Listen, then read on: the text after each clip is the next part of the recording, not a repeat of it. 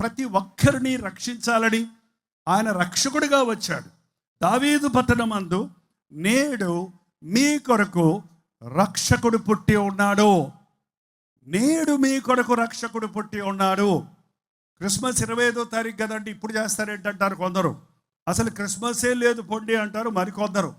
Christmas లేదేమో, Christmas అనే మాట బైబిల్లో లేదేమో, కానీ యేసుక్రీస్తు ఉన్నవాడను అన్నవాడు, ఆయన జననం సత్యం. ఎవ్రీ డే ప్రతిరోజు మనకు చెప్పబడుతున్న సందేశం, నేడు రక్షకుడు నీ కొరకు ఉన్నాడు. ఈరోజు నిన్ను రక్షించే ప్రభువు ఉన్నాడు. ఈరోజు నిన్ను విమోచించే ప్రభువు ఉన్నాడు. నీ కొరకు ఈ లోకానికి వచ్చాడు. యేసుక్రీస్తు ఎందుకొరకు ఈ లోకంలోనికి వచ్చాడు? ఎందరో పుడుతున్నారు, చస్తున్నారు, కానీ ప్రభువు ఒక ఉద్దేశంతో ఈ లోకంలో జన్మించాడు. అపవాది క్రియలను లయపరచడానికే మనుష్య కుమారుడు ప్రత్యక్షమాయను అని దేవుని వాక్యం సెలవిస్తూ ఉంది.